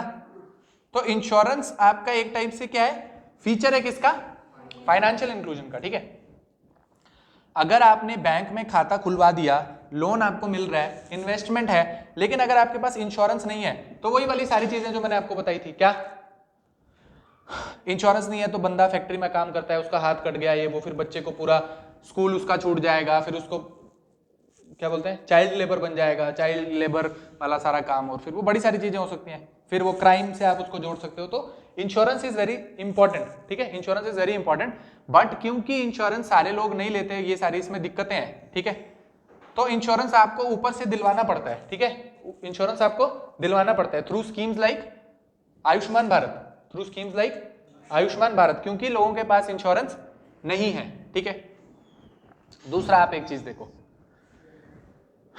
क्योंकि इंश्योरेंस, जैसे हमने एवोल्यूशन पढ़ा पूरा इंश्योरेंस सेक्टर का, तो हमने क्या देखा कि LIC थी, GIC से 4 सब्सिडरी कंपनीज, वो 4 अलग अलग कंपनीज हैं। लेकिन आप सेम चीज देखो, जैसे बैंकिंग सिस्टम में था, तो बैंकिंग सिस्टम में भी ऐसा ही था, नेशनलाइजेशन किया था, कुछ बड़े प्राइवेट बैंक्स थे, कुछ बड़े पब्लिक सेक्टर बैंक्स सरकार के थे, लेकिन वहां पे एक रिफॉर्म वाली कमेटी आई थी, उसका नाम क्या था,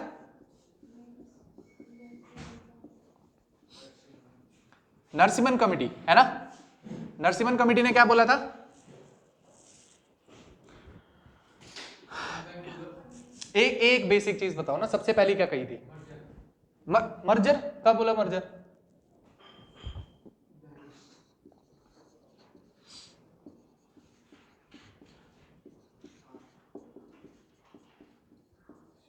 ठीक है, सबसे पहला क्या कहा था भाई, आप पब्लिक सेक्टर बैंक्स में गवर्नमेंट का परसेंटेज आप कम करो। ठीक है, बोला था 51% पे ले आओ, रिड्यूस द इक्विटी सरकार की इन पब्लिक सेक्टर बैंक्स, पहली चीज बोली थी। और एक इंपॉर्टेंट चीज क्या बोली थी कि नए प्राइवेट बैंक्स को आप क्या दो, लाइसेंस दे दो। ठीक है, बाकी सारी चीजें तो बात की बात है, मेन जो 2 बड़े पॉइंट हैं वो क्या थे, मेन जो 2 बड़े पॉइंट थे वो एक था क्या कि आप गवर्नमेंट की जो इक्विटी है उसको कम करो। ठीक है, पब्लिक सेक्टर बैंक्स में गवर्नमेंट की इक्विटी को कम करो और सामने प्राइवेट बैंक लेकर आओ। उससे क्या हो रहा था, मैंने आपको पूरा बताया था, गवर्नमेंट की अगर इक्विटी ज्यादा थी तो गवर्नमेंट के लोग ज्यादा थे, किसमें, बोर्ड ऑफ डायरेक्टर में गवर्नमेंट के लोग ज्यादा थे। उससे क्या दिक्कत हो रही थी, प्रोफेशनलिज्म नहीं था। ठीक है, करप्शन की समस्या थी। और साथ में अगर आप नए प्राइवेट बैंकों को लाइसेंस दोगे तो उससे क्या होता है, कंपटीशन की भावना आती है। ठीक है, जो ज्यादा अच्छा परफॉर्म करेगा आप उसकी सर्विसेज लेना चाहोगे। अब प्राइवेट बैंक अच्छा परफॉर्म करेगा तो पब्लिक सेक्टर बैंक को अगर मार्केट में बचना है तो वो भी कुछ अच्छी प्रैक्टिसेस अपनाएगा। ठीक है, उसकी वजह से, ताकि वो काम कर सके मार्केट में। ठीक है, तो इससे क्या होता है, एंड में किसको फायदा हो रहा है, कस्टमर को, एंड में किसको फायदा हो रहा है, कस्टमर को फायदा हो रहा है। ठीक है, तो देखो अगर बैंकिंग सिस्टम में नरसिम्हन कमेटी थी तो वैसे ही पैरेलली इंश्योरेंस सेक्टर में कौन सी कमेटी है, मल्होत्रा कमेटी। ठीक है, बैंकिंग सेक्टर में जैसे नरसिम्हन कमेटी थी वैसे ही इंश्योरेंस सेक्टर में क्या है, मल्होत्रा कमेटी। तो सेम पॉइंट, क्या परसेंटेज कम करो किसकी, percentage reduction in government insurance companies. ठीक है, ठीक बात है। आप परसेंटेज रिड्यूस करो सरकार का इन गवर्नमेंट इंश्योरेंस कंपनीज, और सेकंड प्राइवेट इंश्योरेंस कंपनीज को आप क्या दो, लाइसेंस। एक और चीज इसने बोली, क्या बोला, पहले क्या होता था ना, पहले एफडीआई वगैरह इसमें अलाउड नहीं थी। इंश्योरेंस सेक्टर में पहले क्या होता था, एफडीआई अलाउड नहीं होती थी। तो उन्होंने क्या बोला, अगर फॉरेन की किसी कंपनी को इंडिया में इन्वेस्ट करना है इंश्योरेंस सेक्टर में, तो फॉरेन कंपनीज कैन इन्वेस्ट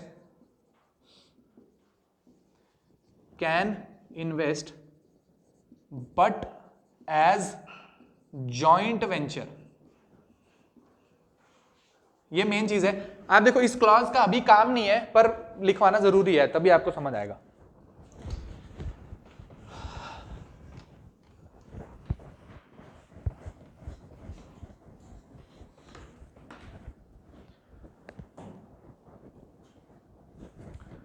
ठीक है, मल्होत्रा कमेटी ने क्या कहा कि आप सरकार की परसेंटेज जो है उसको रिड्यूस कर दो, किसमें, गवर्नमेंट इंश्योरेंस कंपनीज में, प्राइवेट इंश्योरेंस कंपनीज को आप लाइसेंस दो, और foreign companies can invest in India but as joint venture. अब ये जॉइंट वेंचर का मतलब आपको समझ आता है क्या होता है। जैसे पहले एक कंपनी होती थी डीटीएच की, डायरेक्ट टू होम, यही होता है ना डीटीएच, टाटा स्काई होती थी। आजकल टाटा स्काई चेंज हो गई है, अब क्या हो गया, टाटा प्ले है ना कुछ। ठीक है, तो टाटा स्काई होती थी तो उसमें क्या था, टाटा कहाँ की कंपनी है, इंडिया की है, और ये स्काई कहाँ की थी, ठीक है, स्काई स्पोर्ट्स नहीं आता, आप देखते हो अमेरिका उसके मैच, और मतलब जिसमें भी इंग्लैंड खेल रहा होता है स्काई स्पोर्ट्स नेटवर्क वगैरह पे आता है ना, तो वो स्काई कहाँ की कंपनी थी, इंग्लैंड की। ठीक है, तो टाटा और स्काई ने क्या किया, आपस में एक जॉइंट वेंचर बनाया। ठीक है, और टाटा स्काई नाम की डीटीएच इंडिया में क्या कर दी, लॉन्च। वैसे ही क्या हुआ, मल्होत्रा कमेटी क्या बोलकर गई कि अगर बाहर की किसी कंपनी को इंडिया में इंश्योरेंस सेक्टर में इन्वेस्ट करना है तो वो कर सकती है, पर उसको क्या बनाना पड़ेगा, जॉइंट वेंचर बनाना पड़ेगा इंडिया में। ठीक है, तो जैसे क्या, जैसे आप देखो एसबीआई लाइफ इंश्योरेंस, जैसे क्या, एसबीआई लाइफ इंश्योरेंस। ठीक है, यहां बहुत सारी होती है, बजाज आलियांज,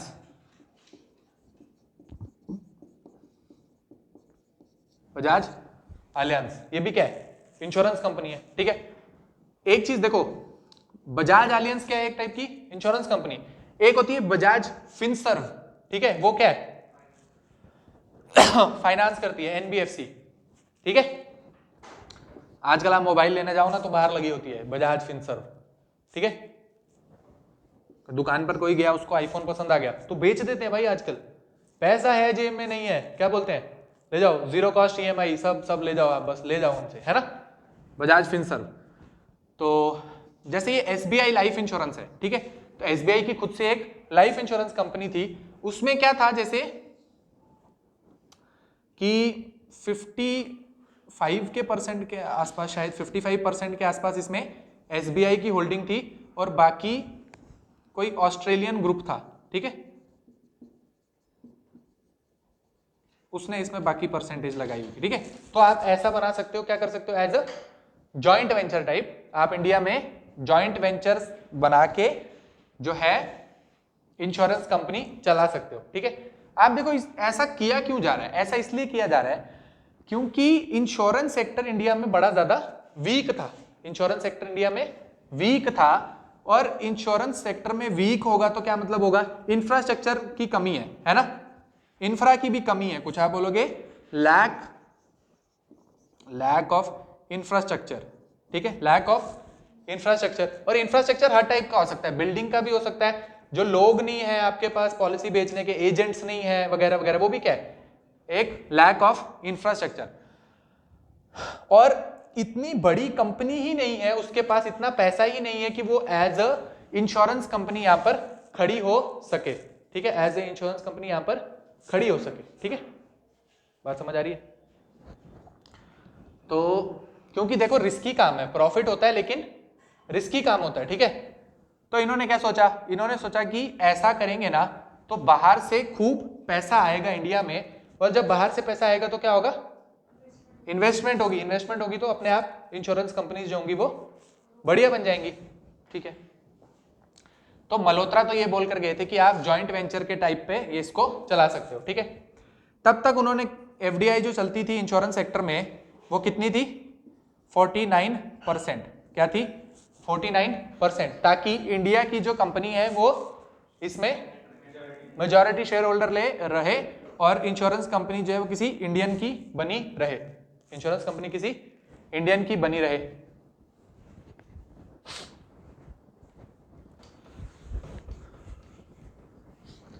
लेकिन बहुत देर से क्या है, एक डिबेट चल रही थी, क्या कि इंश्योरेंस सेक्टर में क्या कर देना चाहिए,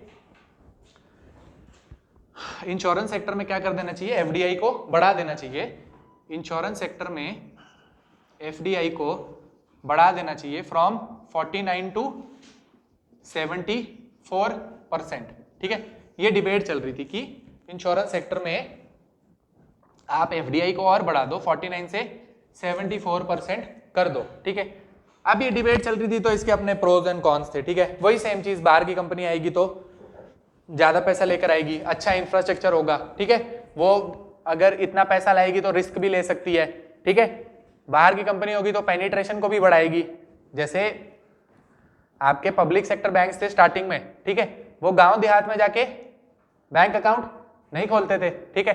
अब प्राइवेट कंपनी होगी, पैसा ज्यादा होगा तो ज्यादा एजेंट भी रखेंगे, ज्यादा एजेंट रखेंगे तो गली मोहल्ले गांव देहात में भी जाके लोगों को बोलेंगे इंश्योरेंस करवा लो, इंश्योरेंस करवा लो, ठीक है, ठीक है ना। जो नॉर्मल कंपनीज थी वो तो इतना अंदर तक जाती ही नहीं है, उनकी टारगेट ऑडियंस क्या होती है, सिटी में लोगों का इंश्योरेंस करवा लिया, ठीक है, गांव तक जाते ही नहीं थे। अब बड़ी कंपनी आएगी तो वो क्या करेगी, ज्यादा उसके पास इंफ्रास्ट्रक्चर होगा, ज्यादा पैसा होगा, ठीक है, ज्यादा लोग रखेगी, एजेंट रखेगी बेचने के लिए इंश्योरेंस, तो ये कुछ फायदे थे, ठीक है। तो क्या हुआ, इस बार का जो बजट आया, कौन सा, इस बार का जो बजट आया, बजट 2022-23, यही बजट हुआ ना। तो इस बार के बजट में क्या किया, एफडीआई को बढ़ा के 74% कर दिया, ठीक है। बजट में एफडीआई को बढ़ा के अब कितना कर दिया है, 74%, ठीक है। बजट में एफडीआई को बढ़ा के कर दिया 74%।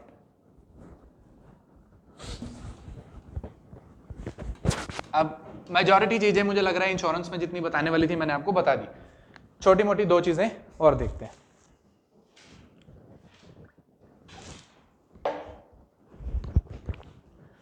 हाँ, एक चीज होती है, एक स्कीम है सरकार की, स्कीम, उसका नाम है, चलो स्कीम, हाँ स्कीम देख लो पहले, चलो एक स्कीम है उसका नाम है प्रधानमंत्री फसल बीमा योजना, सुना है नाम, इसमें क्या होता है, फसल खराब होगी तो, हाँ तो इसमें क्या होता है, कुछ प्रीमियम के रेट होते हैं, ठीक है, कुछ प्रीमियम के रेट होते हैं, कुछ होती है जिसको बोलते हैं रबी क्रॉप्स, ठीक है, कुछ होती है जिसको बोलते हैं खरीफ क्रॉप्स, और कुछ होती है, नहीं इसमें शायद है ऑयल सीड्स, यहां पर ये डिस्टिंक्शन है, ठीक है, क्या, रबी, खरीफ और ऑयल सीड्स, ठीक है। तो इसमें है कुछ आपको प्रीमियम का पैसा देना है, ठीक है, 1%, 2%, 5% के आसपास। तो ऑयल सीड में शायद आपका 5% है, खरीफ में आपका 1.5% है और रबी में 2% है, ये आपको कुछ प्रीमियम का पैसा देना होता है। और इस स्कीम के बारे में आप मुझे कल पढ़कर थोड़ा सा बताओ, घर जाओगे प्रधानमंत्री फसल बीमा योजना के बारे में पढ़ोगे, फिर हम कल डिस्कस करेंगे, ठीक है। आप पढ़ोगे तो उसमें ऐसा लिखा होगा आपको ऑयल सीड हॉर्टिकल्चर ऐसा कुछ तो है, ठीक है, एक बार घर पे जाके देख लेना, ठीक है। 5% उसका है, खरीफ का 1.5%, रबी का 2%। और इससे फायदा क्या हो रहा था, जैसे वही होता है ना एक तो क्या किया, एक क्या किया, क्योंकि किसान के पास पैसा नहीं है तो पहला क्या किया, उसका बैंक अकाउंट खुलवाया ताकि जो भी सरकार पैसा दे, अब पैसा कहां से दिलवाया उसको, पीएम किसान योजना है। एक क्या है, पीएम किसान। पीएम किसान में कितने पैसे दिए जाते हैं, 6,000 रुपया, और देते कैसे हैं, 2,000 करके, है ना। ठीक है, तो ये पैसा पहले कैसे आया किसान के खाते में, डायरेक्ट बेनिफिट ट्रांसफर, ठीक है, खाते में आ गया। फिर क्या किया, उससे उसने कुछ सीड फर्टिलाइजर वगैरह खरीदे, ठीक है, उसने अपनी क्रॉप लगाई। अब एक तो पहली यहां दिक्कत होती थी कि उसको बैंक अकाउंट नहीं होता था उसके पास। ये दूसरी दिक्कत क्या होती थी, अगर उसकी फसल खराब हो जाए तो उसके लिए उसको एक्स्ट्रा लोन लेने जाना पड़ता था, ऐसे ही होता था ना पहले। अब क्या किया, प्रधानमंत्री फसल बीमा योजना लाई कि अगर आपकी फसल किसी भी तरीके से खराब होगी, अब किसी भी तरीके नहीं होता, इसमें क्या अलग अलग टाइप की चीजें लिखी होंगी, ठीक है, ड्रॉट या फिर फ्लड्स, ठीक है, या फिर कोई बॉल वॉर्म या ऐसे कोई इंसेक्ट खा दे, ठीक है। तो पहले 2-4 चीजें थी इसमें जो पहले ऐड नहीं होती थी। फिर सरकार को फार्मर्स ने बोला कि ये वाली चीजें भी आप इसमें ऐड करो, ठीक है, इससे भी हमें नुकसान होता है। फिर सरकार ने यहाँ एक अमेंडमेंट लाई, वो सारी चीजें ऐड की, वो आप मुझे कल बताओगे, ठीक है, कल आके मुझे आप पढ़ के बताना। प्रधानमंत्री फसल बीमा योजना, तो ये फसल का एक बीमा है, एक हेल्थ का इंश्योरेंस सरकार ने करवा दिया, क्या, आयुष्मान भारत। एक्सीडेंटल कवर आपको दे दिया, क्या, प्रधानमंत्री सुरक्षा बीमा योजना। लाइफ इंश्योरेंस दे दिया आपको, प्रधानमंत्री जीवन ज्योति बीमा योजना, ठीक है।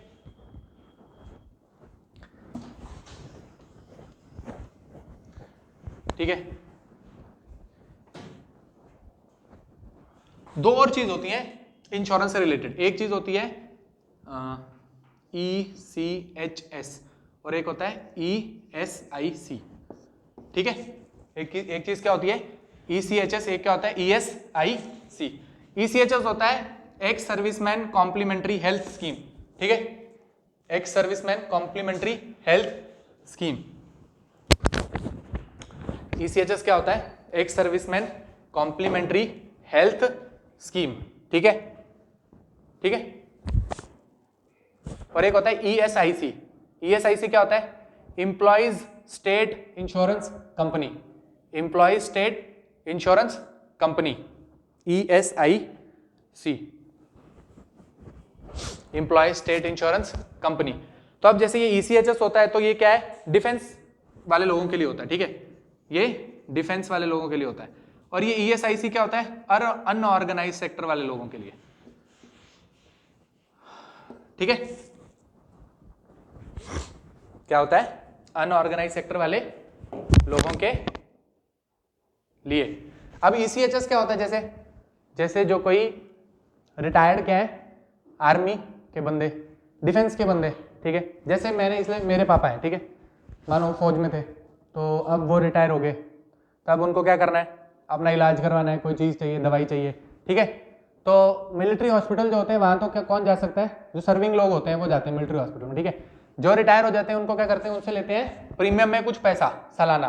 तो ये क्या है, टाइप का हेल्थ इंश्योरेंस, सालाना पैसा ले लिया और आप ECHS में जा सकते हो। ECHS के हॉस्पिटल होते हैं, ECHS हमारा है जैसे यहाँ पे जम्मू में, वो कैंट के अंदर, सतवारी कैंट के अंदर, ठीक है, ठीक है। और फिर क्या होता है, ये ECHS के खुद के इम्पैनल्ड हॉस्पिटल भी होते हैं, ठीक है। जैसे मेरे पापा जाएं ECHS में, ठीक है, और बोलें कि भाई मुझे ऑपरेशन करवाना है कोई, ठीक है, तो वो आपको क्या बोलेंगे कि भाई ये लिस्ट है हमारी, इसमें ये इम्पैनल्ड हॉस्पिटल है जो कि ECHS के साथ एफिलिएटेड है, ठीक है, तो उसमें जाकर आप अपना ऑपरेशन करवा सकते हो, ठीक है। तो ये क्या हो गया, मिलिट्री और डिफेंस से रिलेटेड जो होता है इंश्योरेंस, उसकी एक स्कीम है ECHS, ठीक है। एक है एम्प्लॉय स्टेट इंश्योरेंस कॉर्पोरेशन, ये क्या है, अनऑर्गेनाइज सेक्टर, ठीक है, लेबर वगैरह, फैक्ट्री में काम करती है, ठीक है, हाथ कट गया, ये वो हो गया, दिक्कत हो गई, तो उनके लिए क्या है, ESIC, मिनिस्ट्री ऑफ, किसमें आएगा, लेबर, ठीक है, ministry of labour and employment, यही नाम होता है पूरा, होता है ministry of labour and employment, ठीक है, ministry of labour and employment, ESIC उसके अंदर आता है। और वो ECHS किसके अंदर आता होगा, मिनिस्ट्री ऑफ डिफेंस, ठीक है, मिनिस्ट्री ऑफ डिफेंस के अंदर। तो ये दो चीजें थी जो आपको बतानी थी एक्स्ट्रा इंश्योरेंस में, ठीक है, यहां तक समझ आ गया। चलो यहां तक जो पढ़ा है एक बार देखो।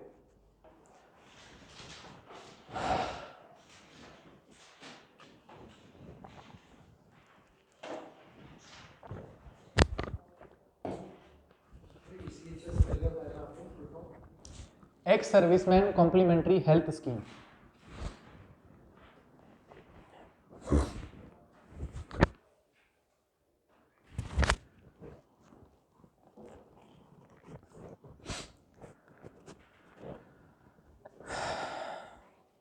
ठीक है,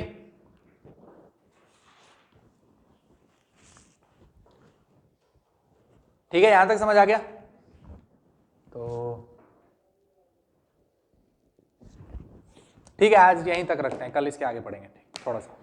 ठीक है, समझ आ गया? थोड़ा सा है और अगर आप बोलोगे तो मैं पढ़ा देता हूँ अभी यार। बोलो, कल करेंगे इसके आगे। ठीक है, थोड़ा सा इसमें और बचा है, एक आध चीज और है, कल करेंगे। बताओ।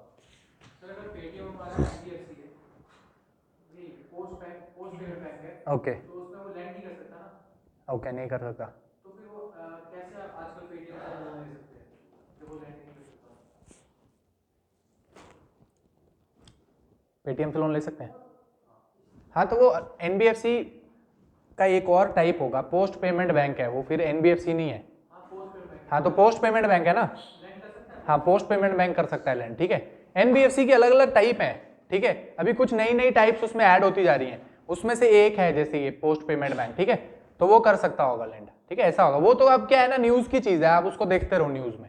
ठीक है, ठीक है। एनबीएफसी की नॉर्मली क्या थी, दो टाइप थी, क्या, डिपॉजिट टेकिंग और नॉन डिपॉजिट टेकिंग। ठीक है, तो अब पोस्ट पेमेंट बैंक जो है वो डिपॉजिट में पैसा लेता होगा, लेता है 1 लाख तक लेता है, जो हमने पढ़ा था डिपॉजिट टेकिंग एनबीएफसी। ठीक है, अगर लोन में पैसा दे रहा है तो वो क्या बन गया है, पोस्ट पेमेंट बैंक। ठीक है, क्या बन गया है, पोस्ट पेमेंट बैंक। तो उसका फीचर होगा कि वो पैसे दे सकता है। तो ये क्या है, ये ना अब एकदम करंट में होने वाला इवेंट है। ठीक है, तो ये तो आपको देखना पड़ेगा कि क्या हो रहा है। ठीक है, सर ये जो आपने बताया था वो वही डाउट की मतलब जो फॉरेक्स रिजर्व में जैसे